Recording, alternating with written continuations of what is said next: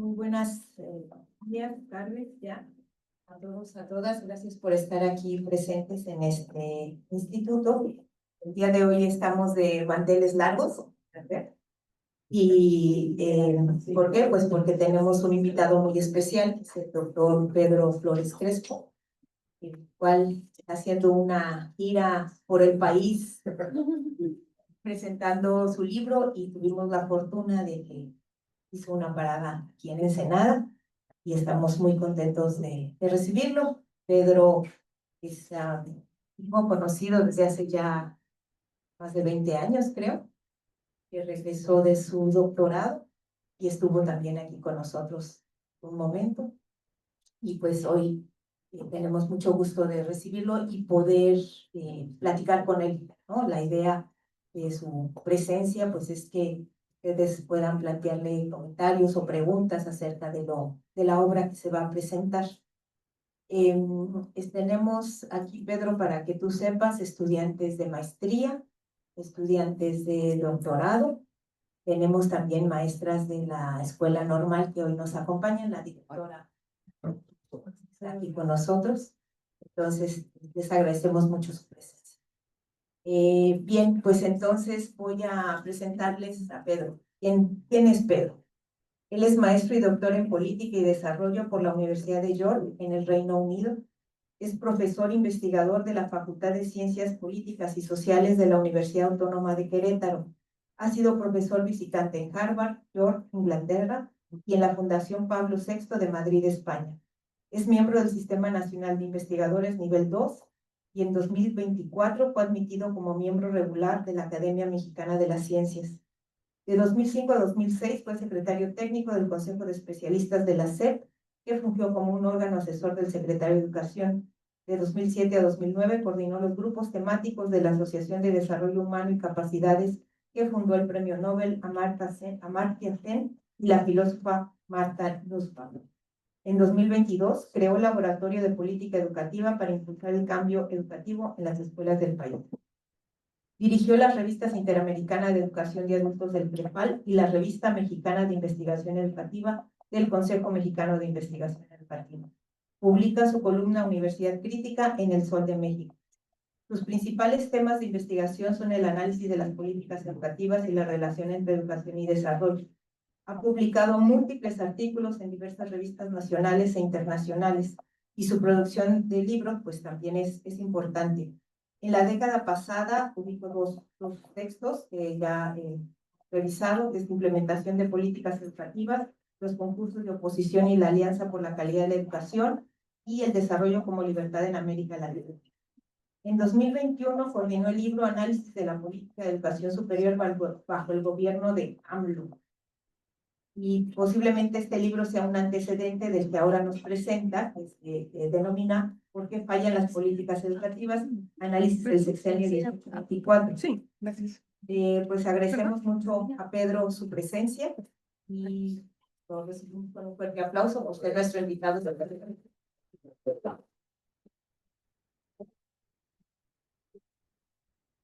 Bien, la presentación del libro la vamos a organizar de la siguiente manera. Dos de nuestros compañeros del instituto van a iniciar haciendo su lectura, sus comentarios acerca del libro y después Pedro va a cerrar pues dándonos la experiencia de haber publicado este trabajo y todo lo que ha implicado posteriormente.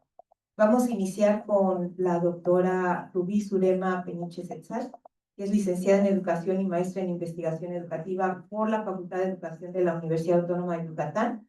Es doctora en Investigación Educativa para el Desarrollo del Currículum por la Universidad de Granada, España. Es investigadora titular y actualmente coordinadora de investigación y posgrado del Instituto de Investigación y Desarrollo Educativo de la UABC y tiene experiencia docente desde 2006 en bachillerato, licenciatura y posgrado. Es miembro del Sistema Nacional de Investigadores y sus líneas de investigación son eficacia escolar, desigualdad, bachillerato y transición a la educación superior. Adelante, Rubí. Gracias.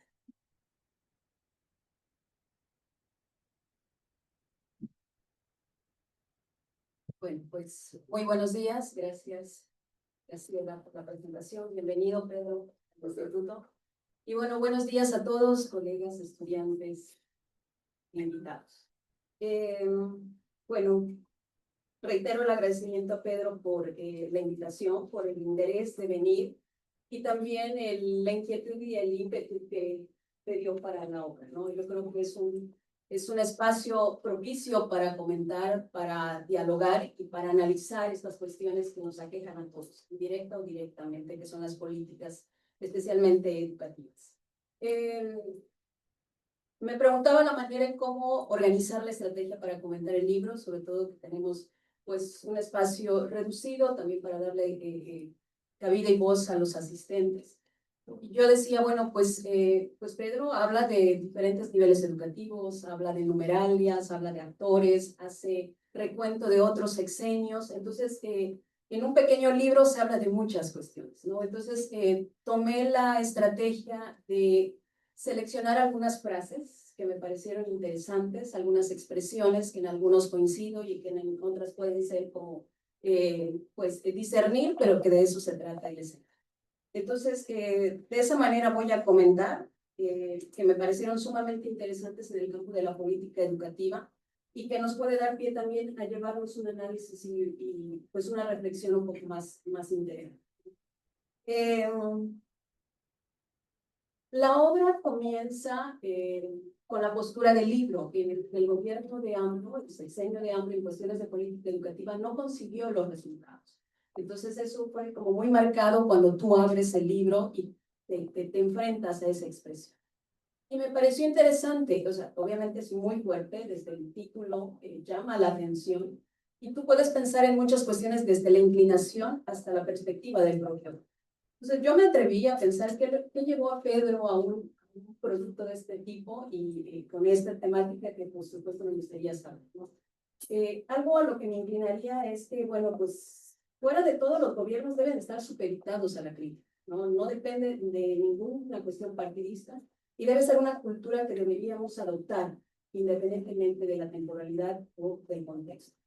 Pero también tenemos que pensar en que en el gobierno de AMLO se caracterizó por muchas cuestiones.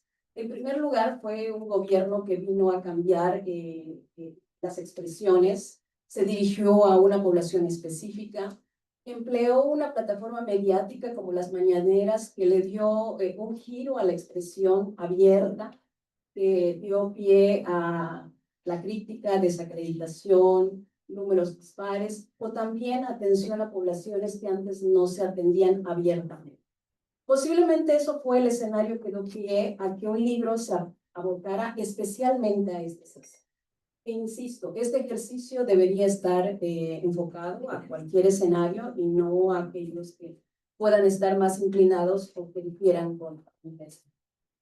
Eso me pareció interesante de comentar, especialmente hacia lo que Pedro manifiesta en la obra. Me parece interesante y me hace recordar mis cursos de formación política en el posgrado, porque las políticas tienen dos componentes, como se manifiesta en la obra, iniciales, que son los componentes implícitos y explícitos, ¿no? En una política están los explícitos, que son los que se establecen en lo que el gobierno quiere hacer, como son los programas, las políticas, y que ahí se demarcan específicamente lo que el gobierno pues plasma o decreta como cierta promesa, ¿no? Pero también están los componentes implícitos, que me parece muy interesante y que lleva también a un análisis del gobierno en cuestión, ¿no? Los implícitos son aquellos componentes que no se revelan, que tienen que ver más con comportamientos, ideas y acciones en la realidad. Entonces, eso hizo que también podamos ver una realidad contrapuesta a estas cuestiones. Este elemento me pareció muy interesante. Y también me parece importante remarcar que si queremos abocarnos a saber si una política educativa funciona o no, nos debemos ir a los informes de trabajo, a los informes de gobierno, que de esa manera podríamos tener elementos puntuales para saber o enfrentar a un líder o a un gobierno que quiera manifestar sus alcances o no, que inicialmente promete. Eso me pareció también un acierto.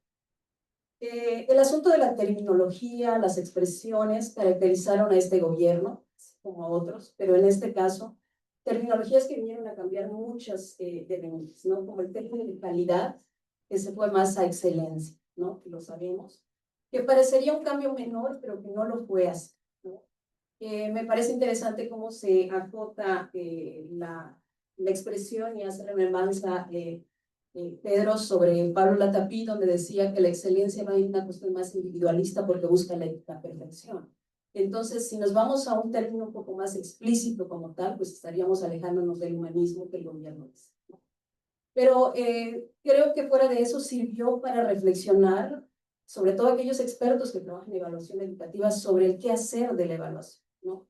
Para tener claro exactamente sobre el trabajo que debemos hacer en búsqueda de esa calidad o de esa excelencia y qué lo debe determinar para poder continuar con la crítica o esta manifestación de diferencias, ¿no?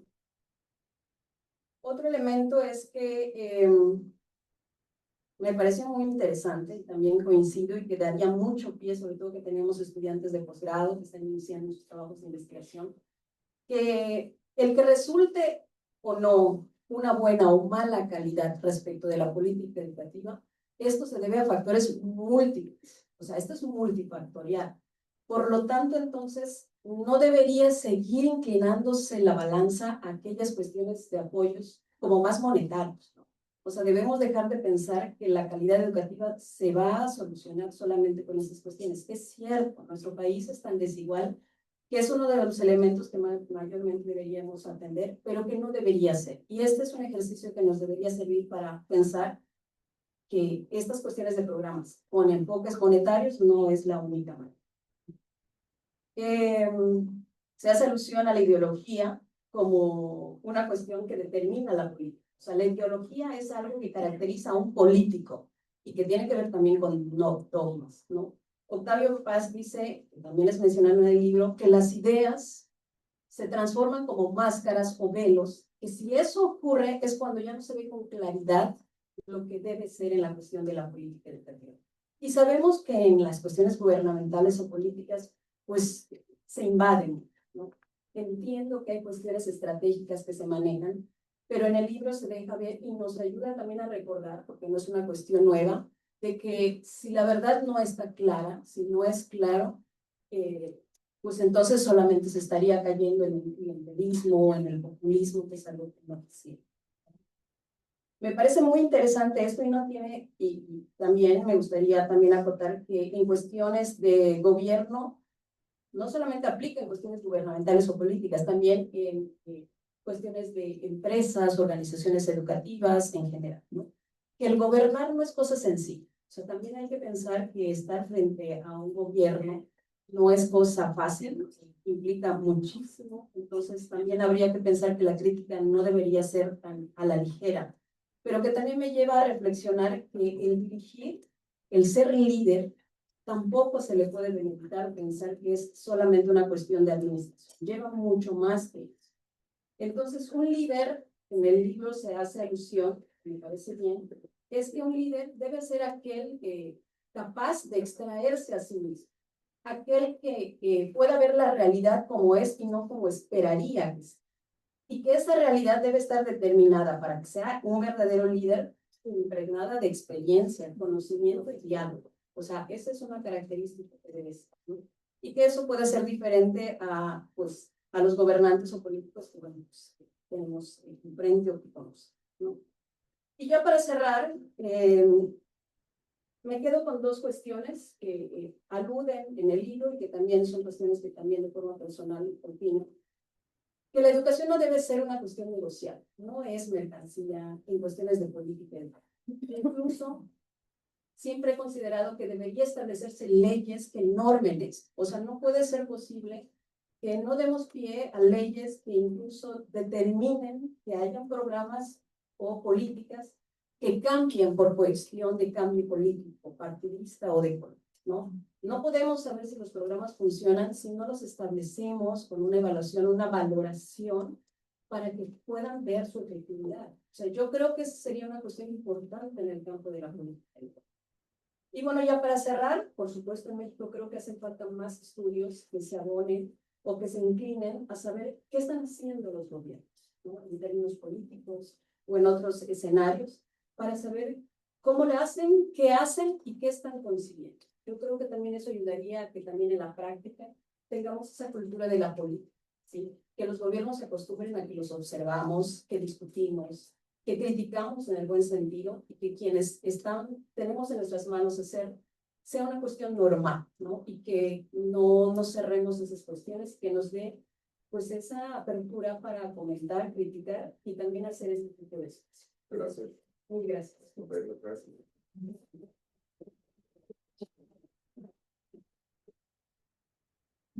Muy bien, pues ahora vamos a darle la palabra al doctor Sergio Málaga Vega.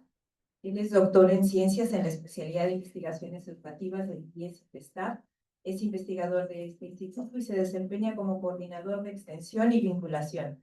Es líder del cuerpo académico Discurso, Identidad y Prácticas prácticas educativas y pertenece al Sistema Nacional de Investigadores. Desde 2019 es coordinador del área temática 10, Política y Gestión de la Educación del COMIE. Además, funge como coordinador de formación en el Comité Directivo 22-23 y 24-25 del mismo Consejo. Es editor coordinador en Norteamérica para el idioma español de la revista de archivos analíticos de políticas educativas. Fue electo como editor de la revista mexicana de investigación educativa del COMIE, responsabilidad que asumirá en enero de 2026. Su línea de investigación es el análisis de políticas, programas y reformas educativas, con énfasis en sujetos educativos e interculturalidad. Adelante, Sergio. Gracias, doctora Graciela, por la presentación. Colegas, espero que me escuchen bien. ¿Me escuchan?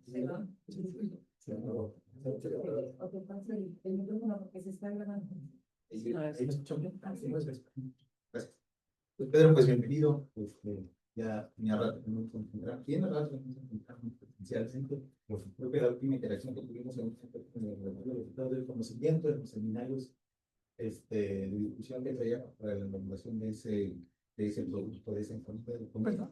Pues en principio, buena tarde y agradezco la presentación de la doctora Graciela Cordero, la presentación que me hiciera la doctora Ruiz Peniche para acompañar esta presentación de esta obra. Bueno, mi apreciado Pedro Flores, a quien por cierto, en el ámbito académico reconoce como un referente indispensable en materia de análisis de políticas educativas en México. Antes de iniciar formalmente mi intervención, me permito también dar un par de agradecimientos más al doctor Pedro Flores. Uno, por la confianza depositada en el Instituto de Investigación y Desarrollo Educativo para alentar el diálogo con temas de coyuntura y relevancia nacional.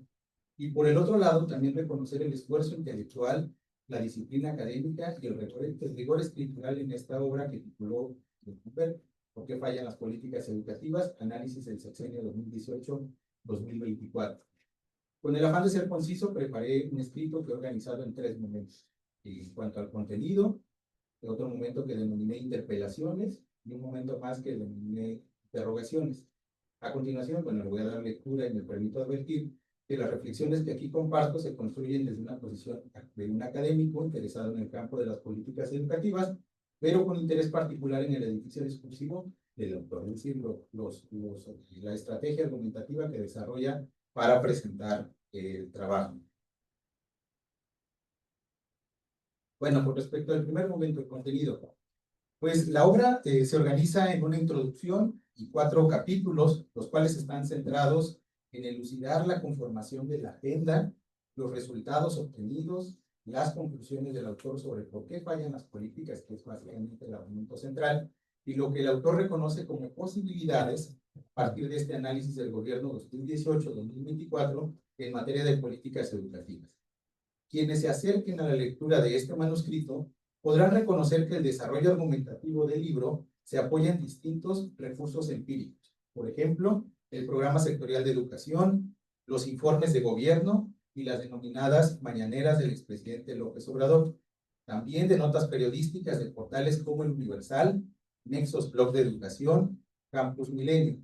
Asimismo, se apoya de obras académicas y, lo más importante, de informes, cifras y datos estadísticos de entidades como la extinta Comisión Nacional para la Mejora Continua de la Educación, el INEGI, el INEE, el Coneval, que destacan los hierros a través de estas cifras en los decires de personajes clave como el propio Obrador, la exsecretaria del Consejo Nacional de Humanidades, Ciencia y Tecnología y los exsecretarios de Educación Pública en dicho sexenio.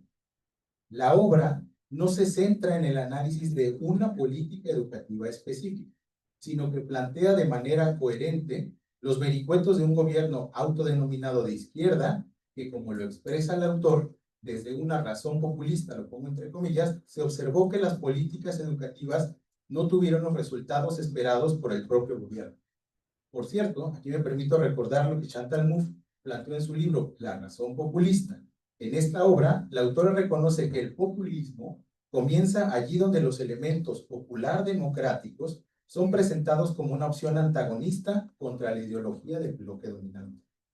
Volviendo al cauce, en el contenido de la obra se reconocen abordajes explícitos e implícitos de distintos tópicos. No me estoy refiriendo a la política explícita o implícita que refiere el autor, sino a los temas que ustedes como lectores podrán encontrar. En el primer caso, de los abordajes explícitos sobre los tópicos, las y los lectores encontrarán la revisión de la política, las políticas y las acciones de los políticos, la centralidad que adquirieron los docentes de educación básica, la necesidad de volver a cuestionar las decisiones de las personas que fungen como secretarios de educación pública o la impronta de esta institución como un trampolín político. Asimismo, se reconocen aspectos en la relación aprendizaje-pandemia o la evaluación educativa y la fácil creación o desmantelamiento de instituciones a conveniencia de quien gobierna. En el segundo caso, con los tópicos implícitos, las y los lectores podrán acercarse con la prosa de la obra a aspectos como la importancia de la retórica para la instauración de una agenda gubernamental específica, contextual, histórica, y las decisiones en el campo de las políticas educativas. Asimismo, se reconocen algunos trazos relacionados con la importancia de la historicidad e historización en materia de análisis de políticas educativas. Igualmente, el abordaje de la ideología que intersecta a las audiencias, los discursos, los intereses, los valores y la persuasión para el desarmado. Pues, como lo plantea Zizek, la ideología no está en lo que creemos, sino en lo que hacemos. En su cita dice, la ideología puede persistir incluso cuando sabemos que es falsa, porque está inscrita en nuestras prácticas, costumbres, rutinas, no solo en nuestras creencias conscientes. Bien, ahí cierro el primer momento. Voy a dar ahora lectura al segundo momento sobre las interpelaciones. Luis Althusser, en su obra de Ideología y aparatos ideológicos del Estado, que firmó en 1970, desarrolla la noción de interpelación como un concepto clave de su teoría.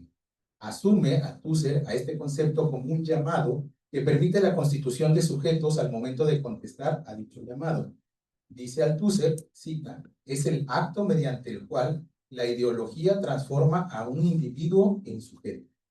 En este segundo momento de mi intervención organicé mis ideas en tres tipos de interpelaciones: metodológicas, disciplinares y didácticas derivadas de la lectura. Interpelaciones metodológicas. La obra es generosa, además del análisis presentado, porque ofrece distintos insumos para reactivar la práctica de la investigación.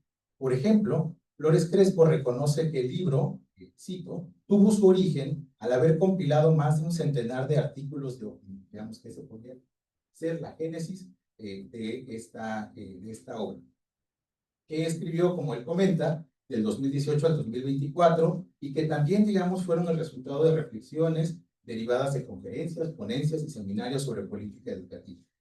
Esto, metodológicamente hablando, es relevante porque abre la puerta para incorporar una dimensión creativa al momento de desarrollar productos académicos. En este caso, con la compilación de material empírico proveniente de artículos de opinión u otros materiales que pueden resultar de relevancia en la investigación educativa para la comprensión de la doxa en el sector público y cómo esta comprensión de la doxa puede volverse o convertirse, digamos, en un efecto de política específica. Segundo caso, interpelaciones disciplinares. En el campo de las políticas públicas, esta obra ofrece la comprensión de elementos de constitución y acercamiento a aspectos fundamentales, como es el caso de comprender nociones relevantes en el campo, por ejemplo, la tan cuestionada idea de efectividad de las políticas. La incorporación de recursos de intelección, como es el caso de la retórica, y su importancia en el proceso de capitalizar los errores de gobiernos previos en favor de construir una narrativa que interpeló a los distintos actores, principalmente a los agraviados, los olvidados o los excluidos, como fue el caso del Magisterio de Educación Básica en específico o la SEM. Asimismo, se encuentran los recordatorios del doctor Flores Crespo sobre esta área disciplinar, de que existen instrumentos para realizar análisis de políticas educativas. Contamos con insumos empíricos y estos pueden ser los instrumentos de política, como el Programa Sectorial de Educación, las leyes generales, por citar unos ejemplos, o los instrumentos de valoración del logro, como en este caso los informes de gobierno, que también son importantes para incorporar en los procesos de análisis.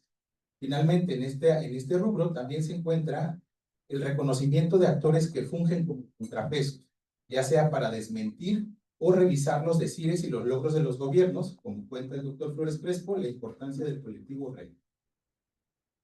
El último momento, interpelaciones didácticas, pues aquí me parece interesante que además del contenido valioso y las oportunidades metodológicas a las que ya me referí, el libro tiene, a mi juicio, un importante componente didáctico. Me explico. Es un ejemplo claro de análisis de políticas desde un enfoque realista y práctico, centrados en el caso mexicano durante un gobierno. Esto no es menor porque en muchas ocasiones la comunidad académica interesada en el campo de análisis de políticas, y pienso por ejemplo en estudiantes de posgrado, reclama el hecho de que existen estudios que son regionales de países de América Latina, pero no de México. Y en ese sentido, bueno, obviamente, al extrañar estos trabajos, este tipo de materiales hace evidente la necesidad de continuar avanzando sobre la producción académica ligada al campo del análisis de las políticas para el caso mexicano. Aunque no creo que haya sido la pretensión del doctor Pedro Flores, el libro me da la impresión que ofrece implícitamente un glosario actualizado para el campo de las políticas educativas. Por ejemplo, a partir del acercamiento a nociones como responsabilidad pública, asunto público, gobernabilidad, instrumentos de valoración del foro, por citar algunos ejemplos. Tercer momento, interrogaciones. Dice Flores Crespo, cito, la verdad no es popular. Al contrario, si el razonamiento es construido con rigor y honestidad, puede incomodar a más de uno. Esta cita me lleva a retomar la noción de populismo no como ideología ni como régimen, sino más bien como estrategia discursiva. Cuando Chantal Mouffe habla del populismo, lo hace desde la distinción de Laclau y lo reconoce como una estrategia de construcción del sujeto político. Es una manera de establecer la frontera política. En este hilo argumentativo se puede reconocer que las políticas educativas no son entidades fijas. Por lo contrario, son dinámicas, conflictivas, en constante resignificación y que suturan imaginarios para la mejora de prácticas, procesos y sentidos de la realidad. El contenido del libro y las interpelaciones que habilita en mi subjetividad da oportunidad de plantear algunas cuestiones finales, las cuales podrán o no compartir ustedes al momento en que realicen la lectura del libro. Dice Pedro Flores Crespo, sí, parece que el gobierno de AMLO desperdició la oportunidad de gobernar con apoyo de la oposición. Y algunas reacciones que me genera esta cita, lo diría, en realidad lo habrá querido, en realidad habrá querido gobernar con apoyo de la oposición. ¿No fue acaso que el propio López Obrador planteó esa fórmula para establecer las fronteras políticas con sus adversarios, detractores o todo aquel que no compartiera su visión de realidad? Y si quizás su finalidad, su estrategia y quizás su finalidad era en realidad polarizar y producir división política para establecer agendas específicas. Esto, visto como un vórtice, si se permite la analogía, daría como resultado que las discusiones se centren alrededor de un punto o eje impuesto en la agenda política e ideológica del presidente, pero no necesariamente en lo urgente o en lo realmente importante. Otro cuestionamiento que me genera el contenido del libro es ¿qué pasa cuando los gobiernos transgreden la ley o la impugnan? Me refiero específicamente a la publicación tardía del programa sectorial de educación, fuera de los tiempos que marca la ley. ¿A quién le tocaba sancionar? ¿Por qué no se sancionó? ¿Por qué distintos sectores legislativos, aún de oposición, no interpusieron algún recurso legal para sentar precedentes sobre este respecto? Otro punto. A la luz de la pandemia, ¿cómo se están preparando los gobiernos en materia educativa ante los desastres sanitarios o naturales? Parece que son más paliativos que de planificación. El fin de semana pasado, varios estados de la región sur-sureste del país experimentó, digamos, un desastre natural ocasionado por lluvia, desbordamiento de ríos. Han perdido la vida varias personas, incluidos estudiantes de la Universidad de Veracruz. ¿Es necesario esperar a que ocurran estos desastres para tomar acciones de salvaguarda? ¿Por qué la Secretaría Local, del caso de Veracruz, sigue mandando a los maestros a trabajar y a los estudiantes en las aulas en lugar de atender estrategias específicas, acciones específicas en materia educativa?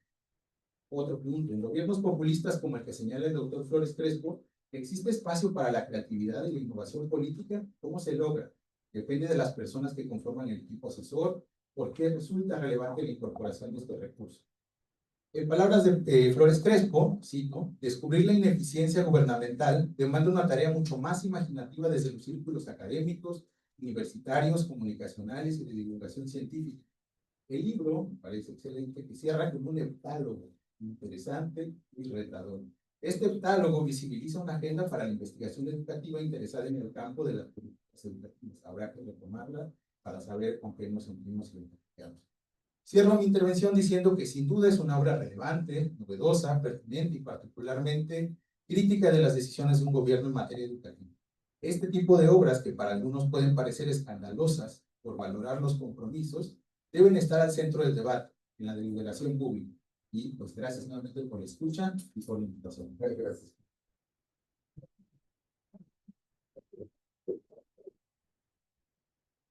Muchas gracias, Sergio. Bien, pues vamos a darle la palabra al doctor Flores Crespo para que nos dé su perspectiva de lo que fue elaborar este trabajo y también las reflexiones que seguramente él está recogiendo por país, ¿no? Acerca de todas las diferentes opiniones que hay, porque es una pregunta que, la pregunta del título del libro es una pregunta que nos hacemos de este sexenio, pero también de los sexenios anteriores. Vamos a escuchar. Gracias. Sí. Bien, bueno, pues muchas gracias por recibirme. Buena tarde a todas y a todos. Voy a hacer mis comentarios en tres partes. Y la primera parte es la más importante, porque es la parte donde quiero agradecer que estén ustedes aquí, a mis amigos, mis colegas, muchos de ellos con los que yo he crecido, aprendido sobre la educación de este país. Y así como el título de este libro tiene un título negativo, porque fallan las políticas, para agradecerles pondría yo un título positivo, porque son positivas, pues, las políticas educativas funcionan, y me atrevo a pensar que es porque hay grupos de investigación como el que tiene la Autónoma de California, el trabajo de Graciela, por la formación docente y las políticas de educación docente, han sido enriquecedoras de un debate importantísimo en el ámbito nacional e internacional. Vi estudios de eficacia por los cuales yo he aprendido mucho. Está citada muy bien el libro cuando hablo de que no hay fatalismo que nos impida avanzar, que haya escuelas muy empobrecidos, necesariamente tiene que ser la educación así. En los estudios de Rubián han iluminado ese tipo de realidades. Pues, lleva más allá del determinismo social. Y a mi amigo y buen colega Sergio, a quien yo quiero, aprecio muchísimo, porque él entra al análisis de las políticas por la parte del análisis del discurso, y es un área que claramente se aleja de lo que yo planteo aquí, que es un enfoque más realista y práctico, más que discursivo, ¿no? Y esto, el hecho de venir aquí y plantear divergencias o interpelaciones, como le pone Sergio, es riquísimo. Y es algo que el libro quiere. El libro, el objetivo es abrir la discusión sobre esto que es el proceso de política pública, y tiene la pregunta atrás el libro de por qué los gobiernos funcionan de determinada manera. Y el objeto de estudio del libro, de la reflexión, es el proceso de gobierno. ¿Por qué? ¿Cómo gobiernan los gobiernos? ¿Cómo la pregunta? Eso es. Entonces, me siento muy honrado. Muchas gracias por recibirme en este paradisíaco. No conozco otro estilo, una vista tan hermosa, un ambiente tan espectacular.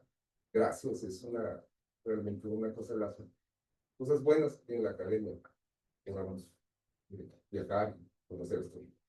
La segunda parte tiene que ver con estos comentarios que tengo mis colegas, tratar de ir a plantearlo un poquito más a fondo, y al último, la tercera parte, es algo que ya en las andanzas del libro me han preguntado, bueno, ¿y qué sí? ¿No? Eso es algo que nos pregunta cuando está en estos menesteres de presentar la obra. Entonces, empiezo con los comentarios de Rumi sobre lo implícito de las políticas.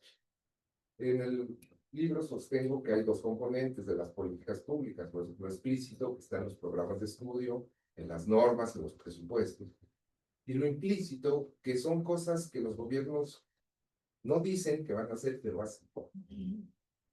Y esto lo traje a colación, con todos ustedes que están muy pegados aquí al mundo anglosajón, porque en el mundo anglosajón lo explícito es muy fuerte. Lo que dicen que van a hacer ahí está. Y en nuestros países, ya creo que en Latinoamérica, el componente es implícito, es fuerte. No porque uno esté bien o esté mal, pero es la manera de cómo nosotros hacemos política. De hecho, hasta tenemos un dicho, no sé si existe en inglés, pero el dicho es, te digo Juan, para que me entiendas, Pedro. Eso es una cosa, que siempre la finta está ahí. Y lo implícito sí es un componente de las políticas que hay que analizar y que el gobierno pasado, en su acción o en su acción gubernamental, nos dejó ver para el análisis de las políticas. Concentrarnos en qué dicen o qué no dicen que van a hacer, pero sí hacen, porque además cuando lo hacen, pues sí tienen limitaciones. Ejemplo, haberle mandado a los maestros, Graciela, un memorándum de cómo iba a ser la evaluación cuando tendría el Parlamento abierto discutiendo las iniciativas constitucionales, y era inconstitucional lo que hizo el presidente, ¿no? ¿Por qué no lo penalizaron? No sé, pero ese tipo de cosas, ¿no? Es muy interesante analizar. O lo que hizo, por ejemplo, la directora del extinto CONACYT, ahora Secretaría de Ciencia, ¿no? Que sin programa sectorial que salió tarde, ella ya iba tomando decisiones e iba marcando una agenda muy clara de qué hacer. Y eso, pues no podemos decir, bueno, espérate que salga el programa porque desde entonces no política. No, algunos colegas tienen esa perspectiva. Mientras no haya programa, no haya financiamiento de política educativa, yo refiero de eso. En el momento en que un gobierno empieza a actuar, hay política educativa. Y ahí está el proceso de gobierno que hay que analizar como objeto de estudio. Entonces, qué bueno que Uri lo menciona. Ahora, como todo lo que hacemos los académicos, tiene una parte que es promisoria, interesante, y hay otra parte que es difícil, lo metodológico. Seguir lo implícito, pues no tan fácil, ¿no? Entonces, ahí hay un reto metodológico. También comentar, y esto es muy importante, lo dice así, a ver si te interprete bien, la política basada en el componente monetario, becas. Y esto es algo que hay que analizar. Desde hace mucho, desde hace 20 años, se hablaba de las limitaciones de los recursos materiales para elevar la calidad educativa. Hace 20 años. Doctor Muñoz Izquierdo escribió un artículo que se llama No hay fatalismo que se impida avanzar, donde analiza los puntajes de PISA de México con los países desarrollados o ricos, si lo quieren llamar así, y muestra que aún en las secundarias o bachilleratos privados, con chicos de 15 años o más, no alcanzaban en logros de aprendizaje a los chicos pobres de los países desarrollados o ricos. Y la conclusión de Muñoz es, la calidad educativa no es una cuestión de recursos. Y si, oiga, esto está muy bien para las mercadotecnias, para las aparatos metodológicos que hacen las universidades privadas, ¿no? Las escuelas privadas, y venden muchas cosas. Pues, son eso, es una cuestión material que no tiene impacto. Entonces, ¿qué es? Que García y muchos colegas aquí han estudiado procesos de aprendizaje, la manera en que se organizan las escuelas, los maestros. Ay, sí hay un impacto. No que traiga la tabla. Y todo. Este tipo de cosas. Entonces, eso hay que volverlo a pensar. ¿Qué problema tenemos? Los programas de becas nos van a desaparecer. Ya son un derecho, están en la ley. Pero sí, muchos colegas han visto que pueden ser regresivos o que son deficientes. Y sobre todo, algo que a mí me preocupa, si están encima de las estructuras universitarias. Entonces, la universidad no tiene poder sobre las becas de las entregas. Y pues, no va a haber ningún retorno, va a decir, vamos a quitar las becas. Pero sí que es importante complementar un enfoque más amplio de equidad, en donde las becas se respalden con otro tipo de apoyos, que hay que imaginarlos cuáles son. Hay mucha literatura al respecto. La UNESCO ha hecho cosas estupendas. De hecho, hay un libro sobre equidad de la educación superior que se llama La inclusión excluyente. Pues si te meten a la universidad, pero no aprendes nada, te sientes mal, papá, y te terminas saliendo. Hay componentes importantes ahí, por ejemplo, pensar si se puede hacer un programa de transición a la universidad sin examen, que en el primer año tengas apoyo para que no te vayas, para que te adaptes a los jóvenes, tengan la actitud que sí sea una política de equidad, de impacto, con las mismas reglas. Esa es la, pero pensarlo, eso creo que es a futuro importante. Rubí lo dijo muy bien, yo creo que el tercer punto es no subestimar a los líderes políticos. Esa normalmente se hace. Uno piensa en los gobiernos como toman malas decisiones o si no nos gusta la decisión, la calificamos inmediatamente. Pero tienes razón, hay muy poca memoria política y de políticas para saber cuáles son las racionalidades de los grupos de gobierno para tomar una decisión. Y uno juzga sobre la acción dada, no sobre el proceso de decisión racional. Y ahí hay más, hay que exigir, pedir, solicitar a los que toman decisiones, pues que cuenten un poco la historia, de cómo se tomó la decisión de tal cosa. En Monterrey presentamos el libro y comentó Rey de esta mesa, el secretario de Educación sobre de Fox, y dijo un chorro de cosas que les dije, oigan, ¿está grabando?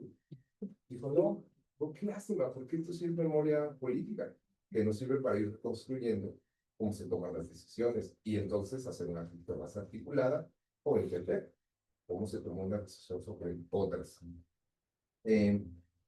Cuarto punto de Rubí, que es importantísimo para pensar a futuro, fíjate ahorita, curioso, porque ¿cómo hacer que las políticas tengan continuidad en el tiempo? Si hay otro factor, la literatura en general de políticas públicas nos ha enseñado que es un factor que hace que las políticas sean efectivas, es la continuidad. Y en educación es evidente, Polonia, Portugal, Perú, pero son regímenes que han hecho, oigan, no, hay que tomar en serio la educación, necesidad que haya continuidad. Desde los estudios con el doctor Muñoz, con el doctor Latapí en un libro sobre la sed por dentro, tomar decisiones de los 70 años, decía, la manera como vamos a asegurar que hay continuidad es la ley. Cuando hay una ley, va a haber políticas de Estado. Eso fue en 2004. Yo creo que eso ya no va. Ya no, ya, porque Latapí veía un régimen que estaba cambiando, donde la ley iba a regular la conducta de los actores. Pero yo creo que ya pasamos esta etapa. O sea, las leyes pueden cambiar, sin problema, pueden regular o no, ya no importa tanto si regula la conducta de una persona o de un actor, ya importan otras cosas. Por eso digo que el régimen político cambió, no es ya la democracia que teníamos hace 20 años o de alternanza partidista, y que sí hay que ubicar, como diría Renato Leduc, pues Marco Antonio Muñiz hizo famoso esta frase de la sabia virtud de conocer el tiempo. O sea, ¿qué tiempo estamos político viviendo para poder hacer análisis de ese tipo y poder hacer propuestas de política pues, que tengan viabilidad? Porque si vamos a recomendar de que hay que hacer una ley, por ejemplo, ahora se propuso una ley de educación media superior. Entonces, porque siempre que hay un problema complejo, que se hace la ley, reglamentos, obvio, y no es por ahí. En algunas cosas pues sí, pero ese es un tema. Entonces, ¿cómo darle continuidad a las políticas con este régimen actual? Pues compensar. Ya no es la ley. Sí es importante la continuidad en algunos casos, pero ayer platicaba con unos colegas de Tijuana, tenía razón y se ha visto, ustedes lo saben bien, los efectos de la educación se sienten a futuro. No es como la salud, no te pones la vacuna si te mueres. O si haces un error en política económica, se sale el flujo de capital. En educación no. Y eso explica en gran sentido, a mi juicio, que haya ocurrencias políticas de educación. Y como nadie se muere, recibe mala educación, nada más que después se van a penalizar. pues siguen reproduciendo una serie de malas decisiones que sí afectan a los niños, a las niñas, a los jóvenes, a los adultos. Y eso, pues hay que pensarlo, es algo natural del sistema educativo, del análisis de políticas, que hay que pensar cómo hacerlo. Entonces, bueno, pues eso. Con los comentarios de Sergio, la oposición y los gobiernos. Trato de ilustrar el argumento de por qué falló la administración del licenciado López Obrador, diciendo que fue precisamente el socavamiento del componente público de las políticas que lo llevó a no tener los resultados esperados que según ellos pusieron. O sea, este libro lo que tiene es una comparación de metas propuestas por ellos en el plan sectorial contra resultados reportados en el informe de gobierno. Y ahí el saldo es negativo. Ya mis colegas me han dicho, no, es que el problema pasa, ¿no? Leer, hizo el otro gobierno. Bueno, la Tapia es un libro, los 80, que se llama Análisis del sexenio de Echeverría. Y ahí dice, hay 5 métodos para hacer esto. Uno puede ser el histórico. ¿Qué hizo este gobierno en comparación a otros? Otro, el normativo. ¿Qué hizo este gobierno en comparación a la idea de igualdad, de democracia? Yo le puse el método normativo. Otro tiene que ver, fíjense cómo eran los 80, 70, donde aquí dice, bueno, hay otro método. ¿Qué hacen los gobiernos a la luz de la revolución? del modelo de nacionalismo revolucionario. Los jóvenes que están aquí dicen, ay, ¿qué podemos ser los viejitos? ¿Qué se hacía en función de la revolución? Del nacionalismo revolucionario, del régimen de la revolución, porque era un referente normativo también. El otro es el que yo hago aquí, que es el más sencillo. Pues, ¿qué propuso? Quieren echarse para atrás, hay que echarnos para atrás. Y una de las cosas que comento ahí es, cuando tú descalificas al interlocutor, al opositor, quiebras el sistema o el modelo de cooperación. Si quiebras el modelo de cooperación, podrán cooperar contigo y no vas a tener el poder para poder mover las cosas. Imagínense que Mandela, después de 28 años en la cárcel, pues haya dicho, ustedes son traidores a la patria, ¿no? A los opositores del partido africano de la parte y los golpea y todo, pues eso hubiera sido una cosa. Y él pues sí. Y esto que tiene que ver pues, con una idea de gobierno moderno, que es la oposición, son partes de los modelos de gobierno. No porque nos gusten o no nos gusten, es porque es funcional.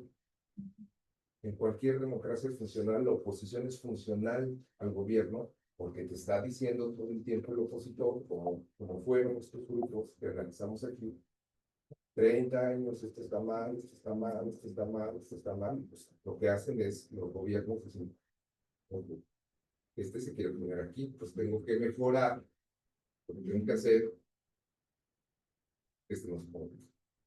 Y yo sí. La democracia es oposicional, dice un autor. Si tú tienes un régimen monolítico, te quedas. Y esto lo ilustro con una experiencia anécdota.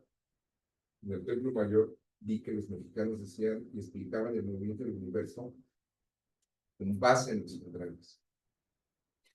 Lo que genera el movimiento es los contrarios, la fuerza opositora, la fuerza de contrarios. Una fuerza única en la que hay varios físicos. Se queda estática. Y la contraposición de fuerzas pues, se mueve. ¿No? Entonces, eso es lo que yo me refiero con un gobierno por oposición.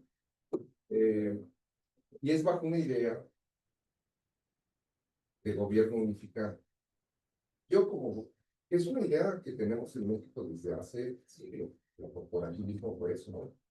Yo me pongo de acuerdo con el líder, quito a todas las personas, los maestros, campesinos, yo decido con el líder qué hacer, ¿no?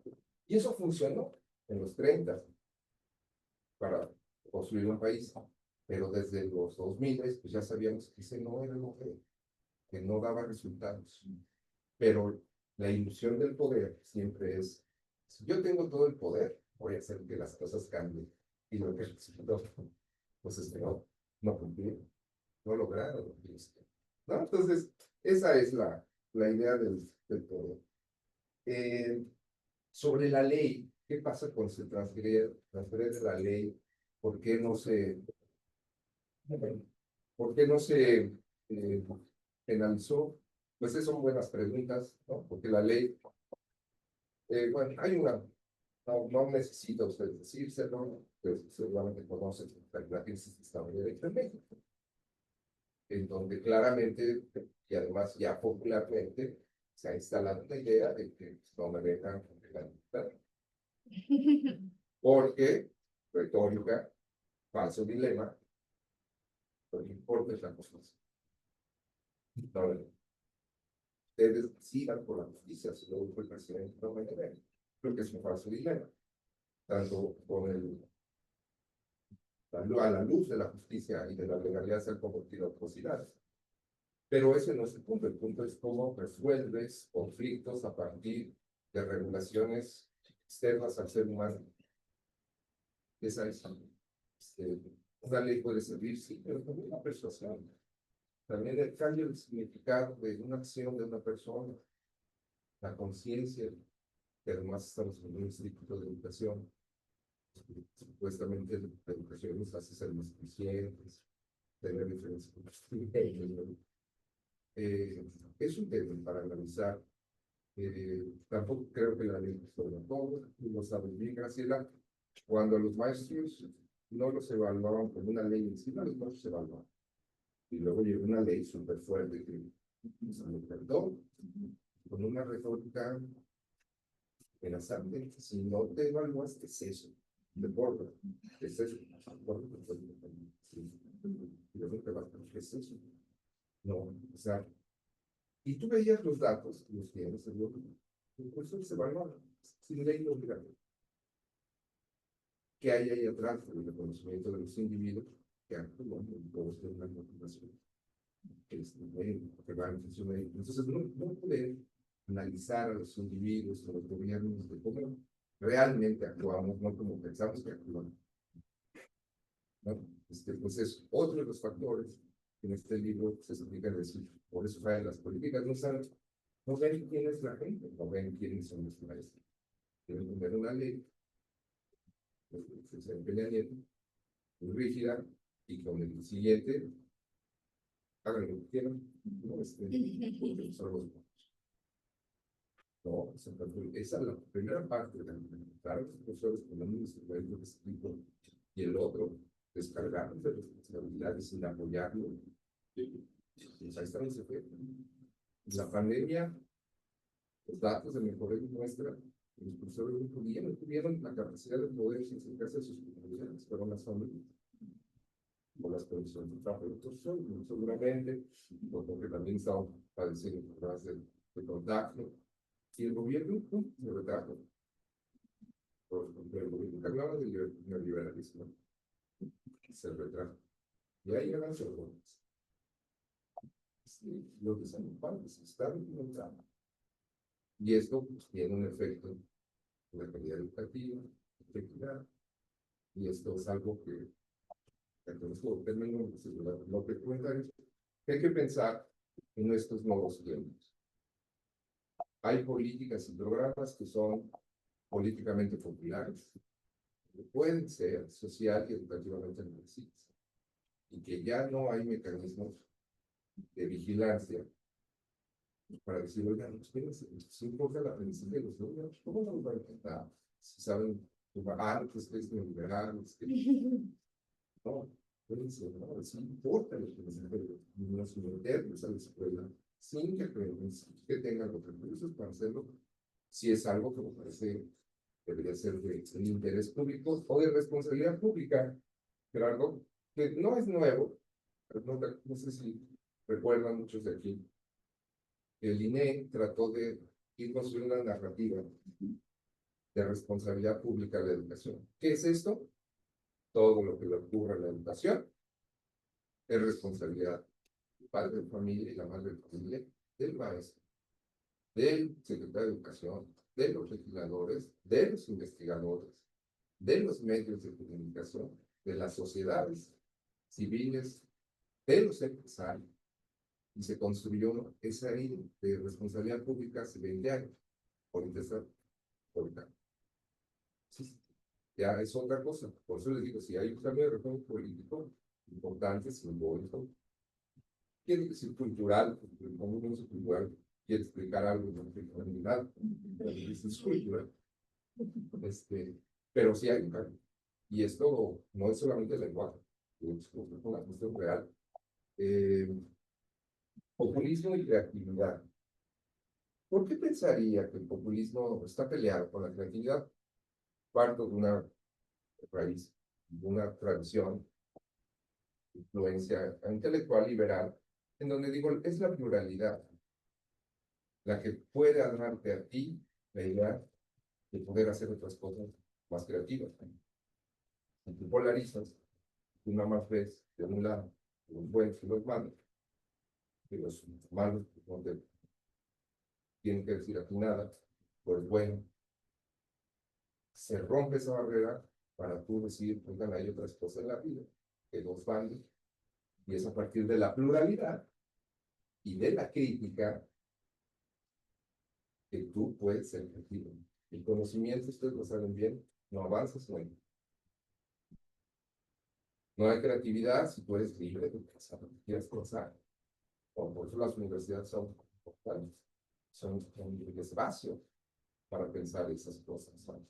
Aquí, y bueno, los artistas, digamos, pero ellos tienen un código creativo muy distinto. Ellos no, decía Virginia Woolf, lo que decían, transmiten la emoción sin obstáculo, por lo tanto, nos llega a la gente, ¿no? Los académicos ahí traemos los presentados de hoy, y los artistas, ¿no? Son buenos observadores, son muy sensibles, porque andan pensando del carácter universal de las personas, no en que si tú eres particular como mexicano, pues yo les digo, a ver, pónganse una canción, que a veces no la sienten, y no es que sea hombre, mujer, pues, la canción está de con Gabriel de Costumbres, es verdad que la costumbre, ¿qué dice después? ¿Cómo se la sabe? No, todo es así, ¿no? Pues es universal, o sea, toca la vertiente universal de las personas. Y eso son los artistas, los que nos llegan a hacer sentir cosas que sean diferentes y estemos en diferentes espacios del mundo. Termino. ¿Qué sigue? Para predicar con todas y todos ustedes. Una colega, Mar Estrada, no sé si la conoces, trabaja profesores. Cuando presentamos el libro en Querétaro nos dijo, oiga, muy bien, pero usted lo que señala aquí, de los problemas que hay. Ahora díganme cuáles son los enfoques emergentes, fíjense que pregunta difícil, para sentir un examen. Para enfrentar estos problemas, dije, no, pues no sé, man. Eso yo no lo había pensado. Te agradezco mucho que me interpeles, pero creo que por ahí empieza. No, lo que sigue, es decir, bueno, a ver, ¿por qué las decisiones se tomaron de esta manera? ¿Por qué el proceso de gobierno fue deficiente? Ahora hay que pensar con enfoques emergentes de educación, de ciencia política. Ella trabaja mucho sobre la base. Y si usted es encantada de las políticas educativas, y yo hago trabajo de base. ¿No? Dije, pues eso es importantísimo. Entonces, eso yo creo que hay que pensar. ¿Qué enfoques desde nuestro esfuerzo educativo, de investigación, puede ir abonando a lo que vemos aquí? Uno que me parece que es la evaluación. O sea, al desaparecer este referente de evaluación, creo que ahora hay que tratar de hacer, ¿no? Nuevas propuestas, aprender con los errores. Eso hubo errores. Y este gobierno lo señaló claramente. Como la evaluación no puede ser, o PISA no puede ser un referente normativo de la educación, no podemos seguir a las pruebas estandarizadas como si fueran, no, hay que reír un poco y aprender de los errores. Sí, la evaluación es importante, pero los maestros tienen una palabra que dice mucho, pero hay que reciclar este tipo de cosas como para ver que nos sirva, pero a la vez que ya no tengamos esos errores. La evaluación corregimos muchos errores. Y esto creo que es importante. A mí me parece que, y esto es algo que en las relaciones políticas sociales, a mí me parece que es la necesidad de renovar la ciencia política de México y el análisis de políticas, bajo las condiciones de polarización, división política, confusiones, posverdad, fake news, que pueden ir ya normalizándose de una manera que a mí me preocupa. Y esto creo que es algo importante, o sea, la renovación de métodos de análisis de políticas bajo un ambiente de polarización, de decisión política. Y ahí los jóvenes, y a ciertos alumnos, tienen mucho que hacer porque tienen que ser más rigurosos con los métodos, porque si no lo son, y el lenguaje, porque si no lo son, van a descalificar rápido. Estamos en esas. ¿No te gusta lo que estás haciendo? Pumba, descalifica. Y por el otro lado, salimos del algoritmo oficial. ¿Qué es esto? Decía Steven Pinker, un psicólogo de Harvard. El sesgo más fuerte de los seres humanos es consumir la información que queremos. Nos autoafirmamos, decía Javier Farías. La capacidad de autoengaño, el escritor español, de las personas es inmenso, ¿eh? Pues, ¿qué es el algoritmo? Las redes. Sí. Uy, no, mija, no, nada más me dieron 3 likes mis amigos, y ya se siente normal. Entonces, ¿cómo lo ves? No, les digo, ¿dónde creen que la verdad es popular? Pues al contrario, pues no hay Giordano Bruno, pero no, es popular. Más, estamos en ese mundo, entonces, sí una renovación de ciencia política, de análisis de políticas más riguroso, no quiero decir que somos más cerrados, sino al contrario, más abiertos, con un lenguaje renovado, que sepamos cómo entrar a los mensajes, que diría un colega muy querido, Carlos Praxedo, su director de mi facultad, donde el discurso político te mete en una contradicción, ya no sabes, ¿no? Y es muy hábil, los políticos son muy hábiles para meterte en una contradicción y no salir. Hay que pensar cómo, y sí se puede, pues el pensamiento y la lucha contra los totalitarismos, la ciencia gana. ¿No? Los italianos, su ciencia política se renovó muchísimo después de ver lo que hicieron en el fascismo. Y esto pues, es importantísimo aprender. Dijeron, esto no es lo que queremos, y empezaron a generar una serie de estudios importantes. Acaba de morir Leonardo Botín, se encarga de explicar la consolidación democrática en los países, y otros más que ustedes conocen. ¿Qué es, ya para terminar, algo promisorio? A mí me parece que las universidades públicas pueden reconstituirse a partir de este tipo de discusiones, en el sentido de decir, bueno, si ha desaparecido la evaluación, si ha desaparecido la evaluación de política social, si ha desaparecido el derecho a la información, diría nuestro amigo Bajo, hubo un apagón informativo en la educación, quitaron los sitios del INEI, nos apagaron la luz. A mí me parece que es en las universidades donde existe esa capacidad de reconstituirse, decir, por ejemplo, vamos a ver, y lo han hecho, sus colegas de la Ibero se están reuniendo para ver si le dan seguimiento a los datos de pobreza. Ya no están en Coneval, ya no hay medición de pobreza no oficial. Y otros colegas se están reuniendo para tratar de salvar el acceso a la información a partir de lo que hacía el INEC, o el INFAI. Yo le decía, oye, va, en la mañana, dice, piensa cómo reconstituirnos nosotros como académicos para hacer que la evaluación educativa tenga un espacio y no perdamos referencias de aprendizaje y además experiencia, pues, que a veces se lo voy a decir, está en el video. de evaluación súper valiosa que formó mucha gente, que sí nos ayudó a entender mejor los problemas públicos, no los que se imagina un gobierno, un líder, un académico, un intelectual, la gente realmente. Y esto, con esto termino. Muchísimas gracias por la atención y quedo atento a sus preguntas. Gracias.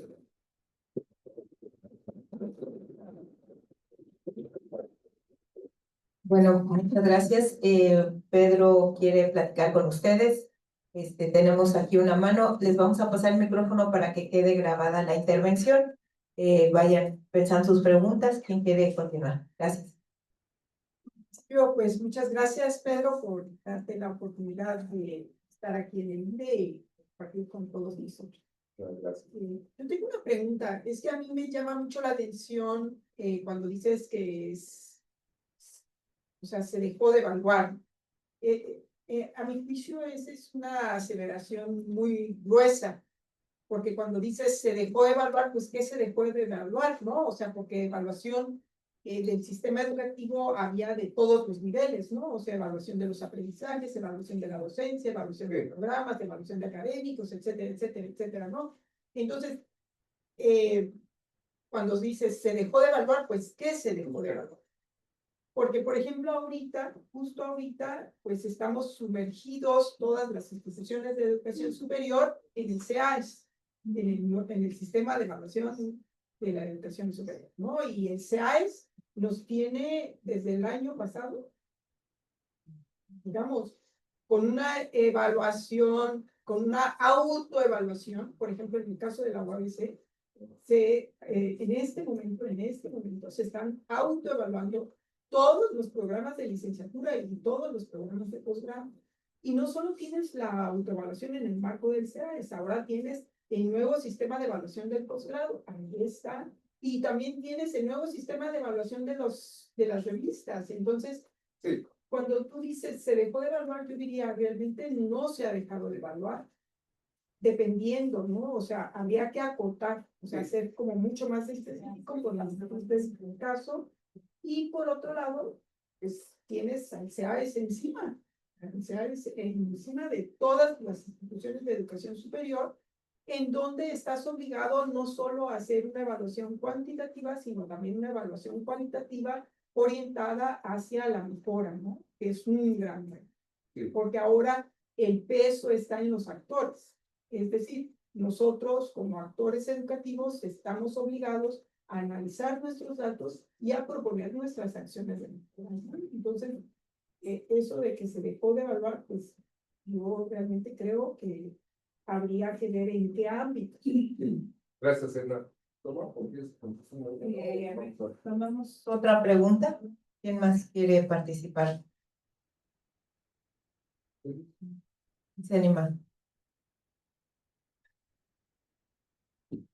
Marcos, por favor. Hubert, ¿me traes el micrófono, por favor, para el doctor Marcos? Gracias.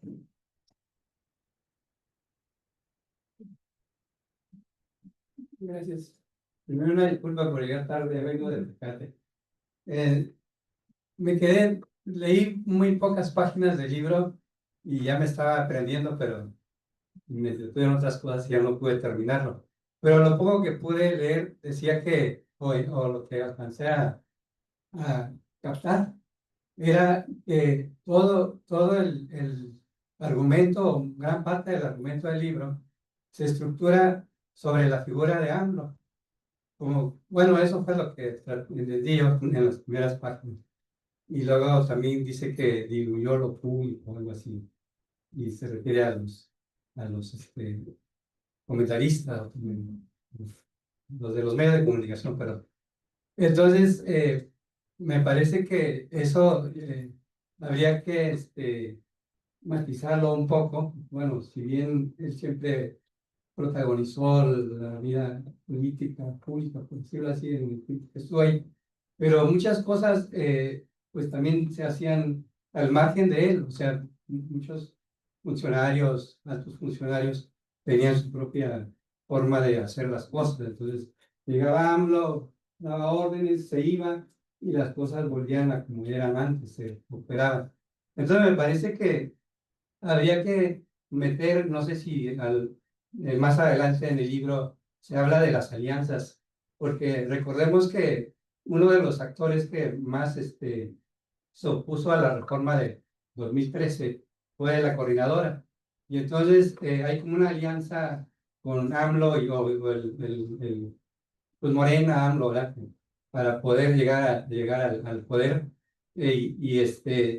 Pero después resulta que sus principales aliados, la coordinadora, también se empezó a rebelar contra lo que estaba haciendo AMLO. Y ahora mismo tenemos otra vez pues lo que pasó hace poco en la Ciudad de México, que se instalaron ahí, bla, bla, y ahora parece que otra vez están resurgiendo. Entonces, ¿no será que los aliados son los que definen en muchos sentidos la trayectoria, la orientación, el éxito de las políticas educativas? Esa sería mi pregunta. Gracias. Muchas gracias. ¿Alguna más? Para cerrar con 3 preguntas. Sí, adelante.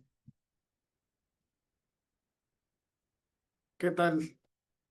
Buenas tardes a todos. De entrada me disculpo porque yo no soy del ámbito estrictamente académico educativo, sino yo soy abogado y estoy precisamente terminando o haciendo una investigación, pero enfocado en el principio de progresividad de los derechos humanos.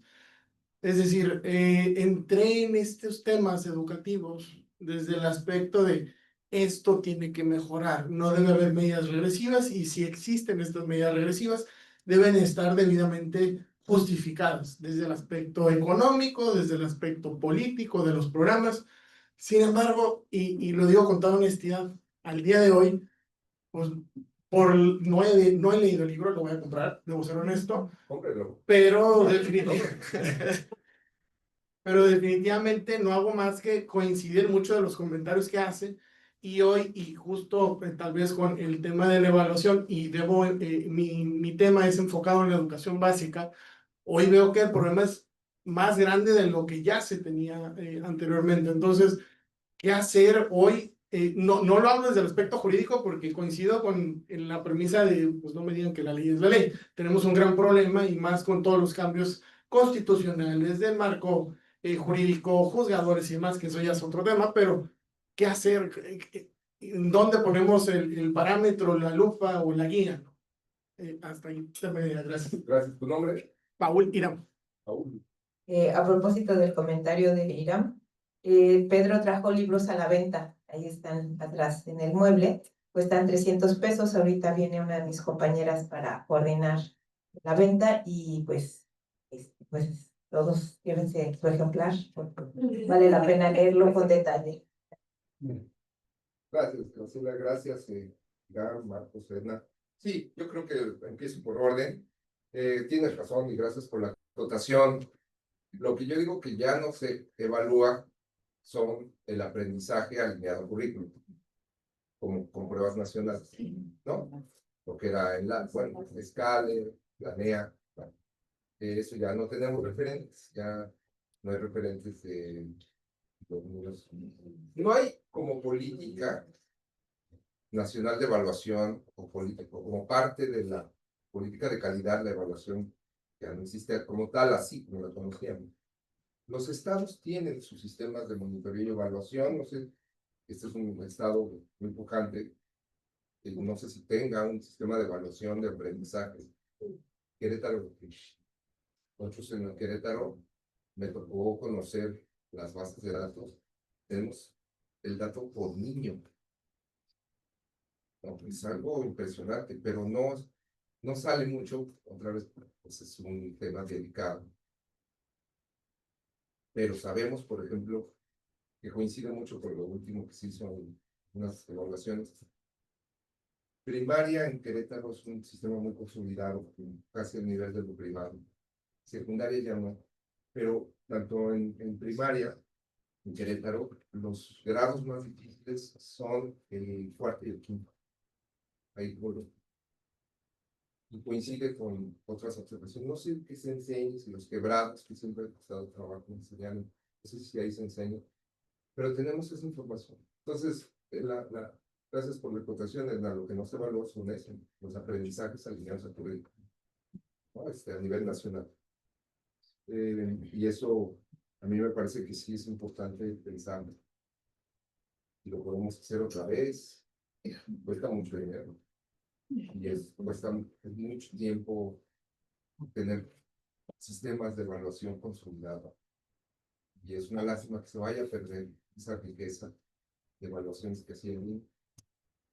Ojalá nos podamos juntar en alguna colección de prevención de aprendizaje, no sé cómo se le llama, tratar de ver que eso no se pierda, se pierda.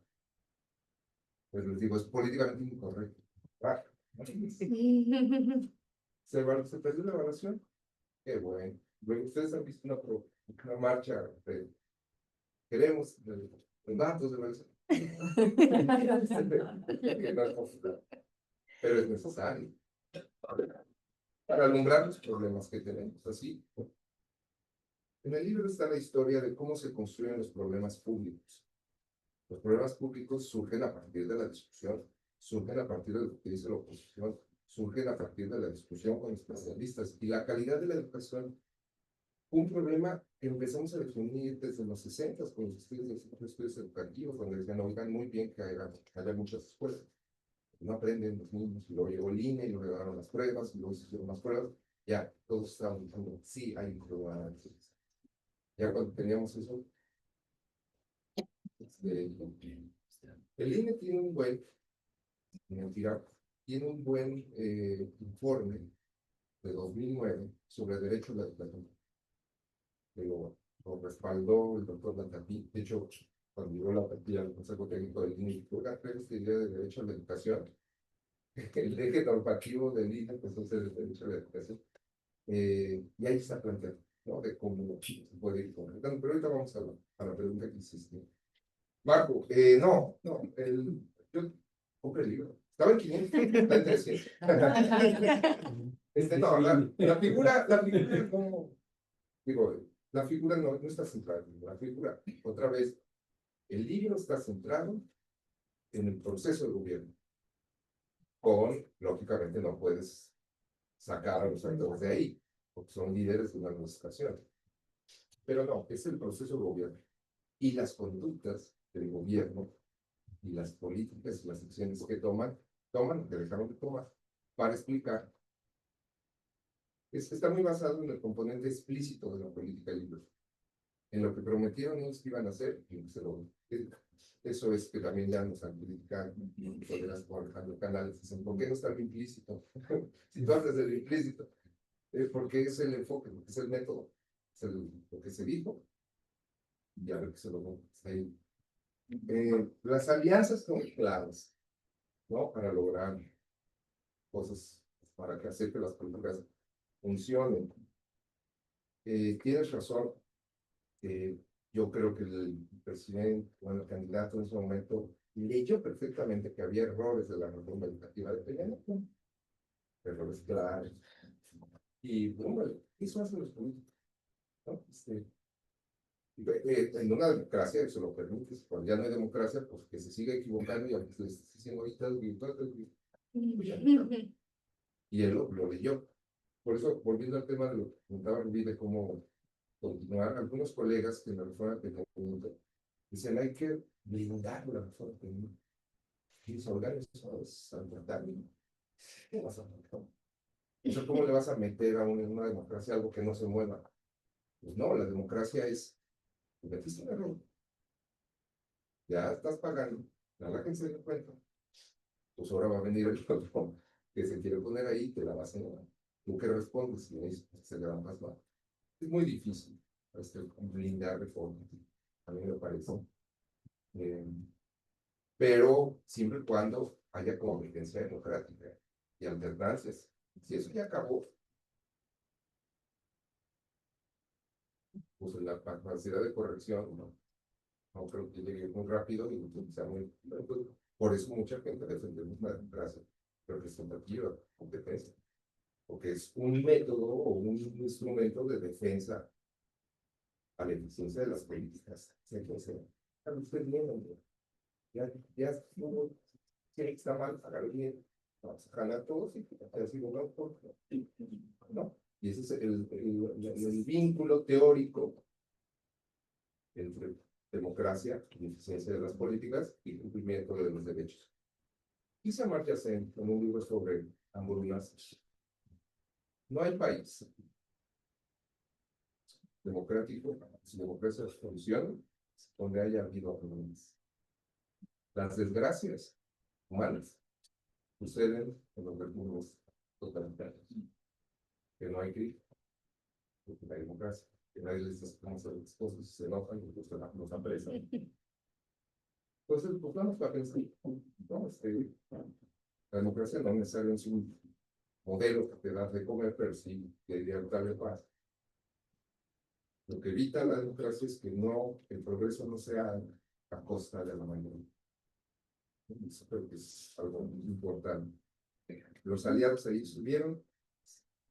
A mí me parece que entendió perfectamente el candidato en su momento, donde estaban las alianzas, con ellas, el magisterio lo atopó, tanto el institucional, que le llaman, ¿verdad? Y luego se empezaron a romper esas alianzas, también por cumplimientos y todo, pero también por la naturaleza de los actores mismos. La gente tiene un lema que es movilización, negociación, movilización.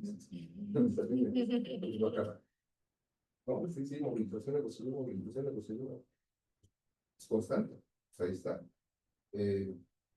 Y bueno, eso es parte del juego político y que también hay canales, cuando hicimos la presentación, decían, no funcionan las políticas porque no estaba dentro de las prioridades del gobierno de la educación. ¿No? Y eso hace que utilices estos grupos para ganar el poder y después lo ganas. Nadie va a reclamar si hay buena calidad o no, que es para ganar el poder. Así es un poco político, siempre hay alianzas. Me parece, puntos cómo funcionan para empujar agendas. Y el poder en la educación, como somos tan diversos y de los también, sí está disperso. O sea, no lo tiene alguien. Acuérdense en el sexenio de Calderón, también lo analizamos en una obra. Calderón pensó que con la maestra, o Fox en el momento, con la maestra, iba a cambiar el sistema educativo. Y no lo logra. O sea, el pacto corporativo que funcionaba en el pasado, ellos pensaron que reeditándolo iba a funcionar. No funcionó. Y ahí viene la pregunta de la ciencia política, de la análisis política. ¿Por qué gobiernos que tienen muchos recursos simbólicos, legales, de todo tipo? Y es lo que estamos tratando de analizar acá. Pues gracias. Y la progresividad de los derechos, digamos, pues sí, algo que a mí me parece positivo de los gobiernos desde el 2018 a este, es que cambiaron la retórica. O sea, ¿qué quiero decir? Ellos se dieron cuenta perfectamente de que veníamos de una serie de políticas que dirían algunos teóricos de la justicia, como Michael Sandel, hirieron el estatus social de la gente. ¿No? Y no te evaluaste eso.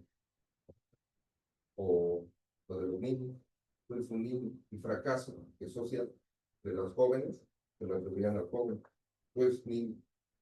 Y ellos inmediatamente vieron que está ocurriendo, que está enojado, está razón. Y voltean la retórica, dicen, fíjate, niños, el fenómeno niño dio lugar al programa Jóvenes Construyendo el Futuro. ¿Sí te fijas? Sí. Es importante, sí. O sea, es realmente un movimiento que a mí me pareció positivo, ¿no? Ah, que funciona, ya es, ¿verdad? Igual con los derechos. La educación es un derecho, oiga, perfecto, qué bueno, ya no es un privilegio, muy bien, ¿qué vamos a hacer? Póngale, cortándole recurso a la educación pública. El gasto por alumno, según Carlos Iván Moreno, de la Universidad de Guadalajara, es el más bajo en 23 años. Gasto por alumno. Cuando está diciendo que los derechos se pueden primero. Entonces, por un lado, hay una retórica grandilocuente, y en los hechos no está sustentado. Igual le hicieron ahorita, ¿no? La educación es un derecho obligatorio, la educación superior, ¿verdad? Ay, que doy cuenta, nos van a dar de aumento, pues pasa. No, pues no. 8%, me parece las universidades estatales. Bien, entonces, todos dicen, bueno, el cambio discursivo de igualdad de oportunidades a derechos es importante. ¿Cómo se concreta? Y ahí viene el concepto de la igualdad social. ¿Concretas el derecho a la educación? Entonces, oye, pero la gente está feliz. No, igual con los maestros, los vamos a revalorizar. Vamos a tirar la reforma.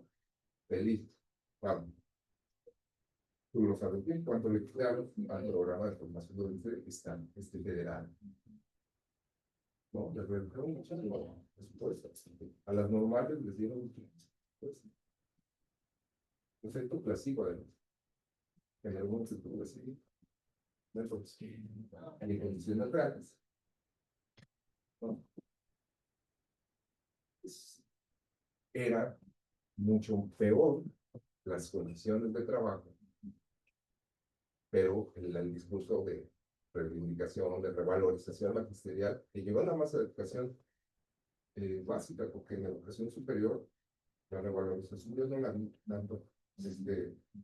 Por ejemplo, eso que comentaba Edna del CAES, ¿no? Es un método de evaluación que muchos hemos criticado porque no van los aprendizajes, las acreditaciones, las evaluaciones, los CIES. De hecho, desde 2008 se hizo un reporte donde decía las evaluaciones a las universidades muestran claramente que no hay una conexión entre la evaluación y los aprendizajes de los estudiantes. ¿No? Esa dimensión estaba fuera. Son importantes. Revisar la infraestructura, ciertas cuestiones de insumo. Pero ahí decíamos, ya se acabó. Y eso siguió. Eso no la quitaron. Y además, algo que era más grave, muchos colegas, la razón, la Liga de la Evaluación con Financiamiento de la Universidad. Y eso sí, bueno, entonces por revalorización, yo no lo vi en la educación, pues no lo vi. No, la educación básica fue esta retórica. No se cumplió los hechos. Y entonces, pues eso crea un efecto en las personas decir, no, mejor. Y otros decimos, pues sí, hay cosas que son buenas.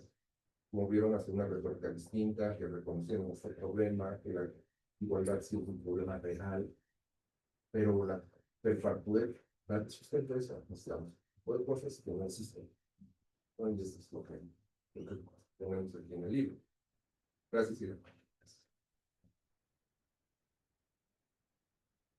Pues tenemos que cerrar porque el doctor viaja hoy de regreso a Tijuana y entonces estamos justos de tiempo. Les agradecemos mucho su presencia. Les recordamos que tenemos aquí libros a la venta que puede autografiar, aprovechando que está aquí. Y pues todos sus temas de tesis tienen un proceso de construcción de políticas y todos sus temas de tesis tienen un proceso de construcción que debe entender un contexto y seguramente el libro puede apoyarles a ver el contexto reciente del tema que están ustedes trabajando. Hola. Sí, y pues les agradecemos mucho, agradecemos especialmente a Pedro que estuvo aquí y pues esperamos que pronto nos visite nuevamente con otro libro, la segunda parte de todas las reflexiones que ha ido recuperando los comentarios y las aportaciones que le ha hecho la gente que está revisando su libro. Muy bien, pues muchas gracias. Gracias.